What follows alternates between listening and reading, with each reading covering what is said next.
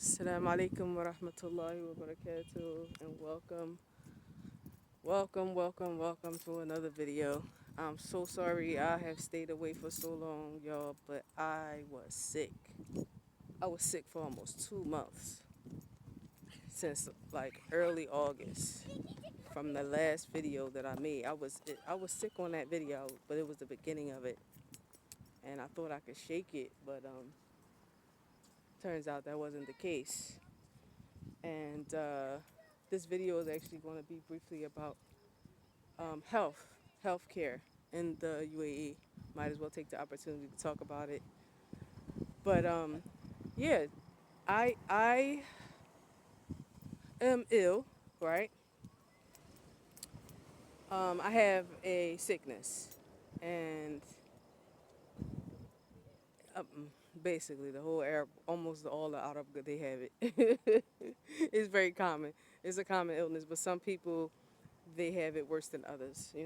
What was very common over here, health problems is hypertension. That's what I noticed in Saudi. And then you have diabetes. That's very common due to the diet. All the rice and the sugar, which people, mashallah, they are trying to get away from it. That they are becoming very more health conscious here in the Gulf. And then you have colon. So that's a common illness that affects people. If you're too stressed out, then you start having issues with intestinal issues, you know.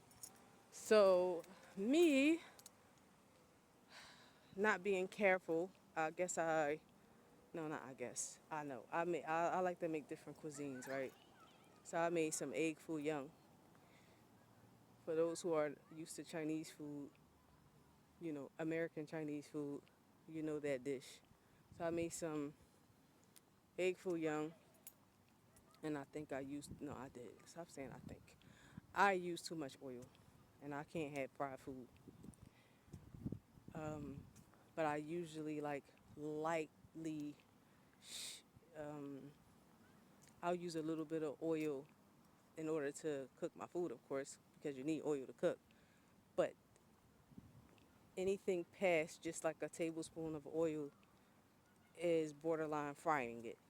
And I use too much oil this time. And I burnt my intestines, basically. That's what I'm gathering what happened. Uh, for those who may ask, oh, well, did you go to the hospital, this and that? No. I spent so many years in America in and out of the hospital. I know how to care for myself. Um, and I don't like those harsh, hard medicines that they give me. The natural way to heal takes longer, but the herbal healing takes longer, but it's worth it. You know what I mean? It's not super fast like they give you steroids to stop, different inflammation in your body, but that breaks down your bones. It's not good for you. It takes out your hair. Steroids are not good. So someone like me who periodically may have some issues, I don't need to be taking steroids and all that other stuff that they give you. So I went the herbal route, but the issue was this, right? I didn't know how badly I hurt myself with the egg foo young. It didn't show up like the effects didn't show up until I would say a day or so after. And then I was like, okay, I know what to do. I'll just, take my turmeric or I'll take this or take that. And I started to heal from it. And then my daughter gave me, she was trying something new, some new Korean noodles. And I have an allergy to dairy. And those noodles had dairy in them, of all things. Usually Asian food does not have dairy. But it's a new brand called Bulldog. Maybe you guys, if you're keeping up on the foodie trends, that's the new craze, Bulldog noodles.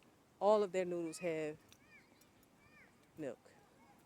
I didn't know what she was giving me. I just know she was giving me noodles. Oh, let me try these new noodles. Bismillah. Try these new noodles. And I was like, okay. Took a bite. I said, what is it? Check the ingredients. I just took one bite. I said, check the ingredients. And then she read the ingredients, and they, sure enough, it had buttermilk and butter. And I was like, subhanallah, inshallah doesn't hurt me. And it definitely did. So it was like I was trying to heal from the first blunder, and then 2 weeks later, I got hit with another.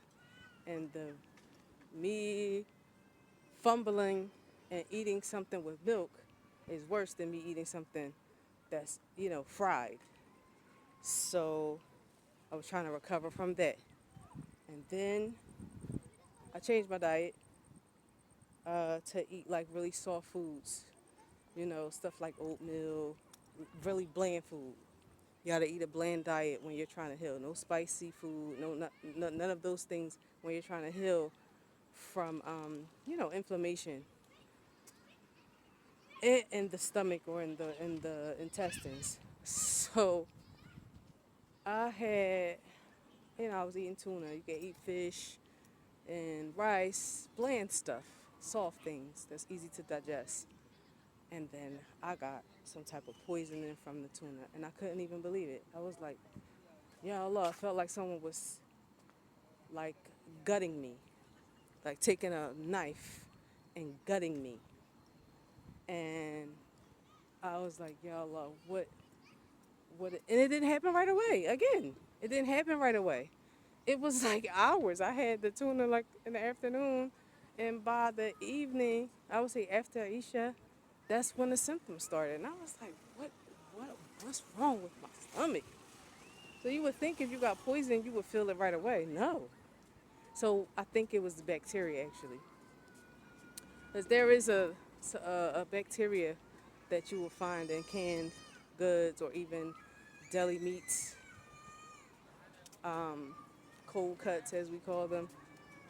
That can, if it doesn't mix well, if you're inflamed, it was going to irritate you. So I think that's what happened. I got a bacteria because I was already sensitive, and that lasted, I would say, until last week. So about 2 months of just trying to get well and then get knocked down, getting well, then get knocked down again. It was, whew, la ilaha illallah. I'm just grateful to be pain free. I'm still not 100%, but I'm just grateful to not be in pain anymore because that was just terrible. But like again, I said herbal healing. I was taking about 9 different herbal supplements from, but I won't get into that. So listen, healthcare. If you ever in a situation like that, which I knew of a story of a lady who I guess she didn't know she had colon problems. She went to the doctors, had severe stomach pains. Oh, she went to the hospital emergency, and then they diagnosed her with Crohn's or ulcerative colitis, which is the autoimmune disease that I have. But it can, like I said, you keep it under control as long as you don't stress or you don't, you watch your diet. Stay away from things that irritates you.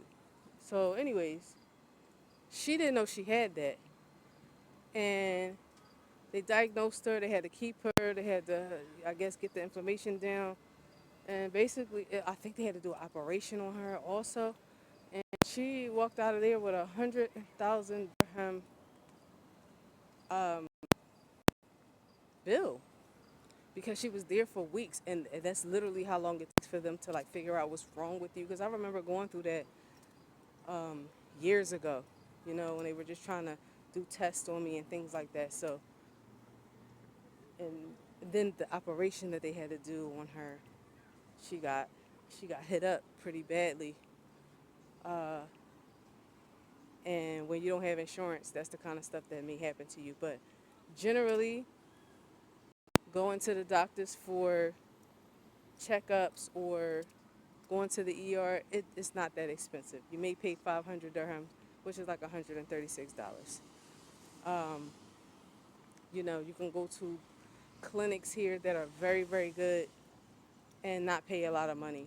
You know what I mean? For a visit, you pay like $20, 80 dirham. For blood work, a sister got blood work at a clinic for 50 dirham. Um, you know, the Indians are here, so Indian doctors are excellent. They have the best doctors here from everywhere. That's all I'm going to say. But in India, they have excellent doctors, and then they have the Ayurveda. I think for you Indian um, viewers, you can correct me. I think it's Ayurveda. Ayurveda is a type of herbal um, medicine practice. They have those kind of centers here where you can get different herbal remedies, and they work excellently. Um, so it's different methods of getting your health in order here without paying an arm and a leg. And to be honest, with relates to the insurance, you if you'll you won't pay that much for insurance if you don't have a pre-existing condition. Like for example, if I was to go get insurance, which I'm not because I don't need to, you just pay out of pocket, to get basic stuff done. Even to have a baby is only like 5,000 dirham if you go in good hospitals. You can find very excellent hospitals and have a natural birth with a hotel like delivery room and recovery room, and only pay 5,000 dirham and stay for 2 days, and they take care of you. So it's not, and that's what, like $1,300. So that's a still, you know. But as relates to healthcare, if you get insurance and you come over here and you're pregnant and you want to get insurance, they're going to charge you a serious premium because you have a pre-existing condition. And if you already have an illness and you've mentioned that to them, they're going to charge you for a pre-existing condition.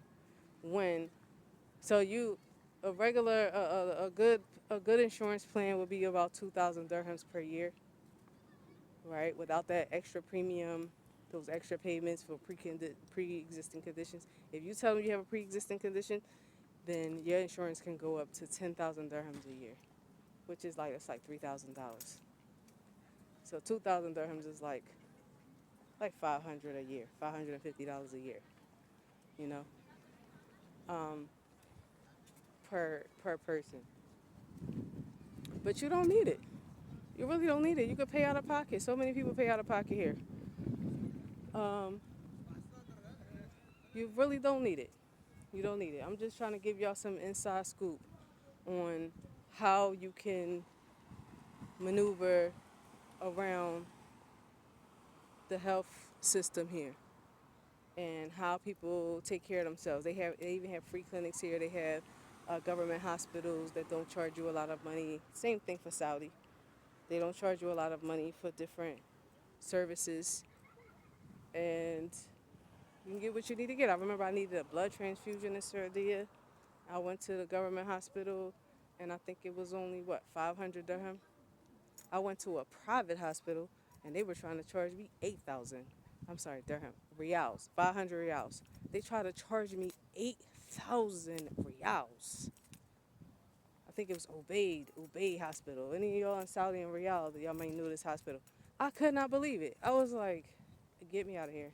Nope, I'm going to go and get some iron pills to get my blood back up. Nope, no, absolutely not. That's insane. No, for a blood transfusion, you must be crazy. And the Egyptians at my job, my colleagues, they told me, oh no, what? Why would they charge you 8,000? You just go to government hospital, it's 500 dirham. Reals for the blood transfusion, because they know about that. The Muslims, they get sick, you gotta get blood transfusion, it happens.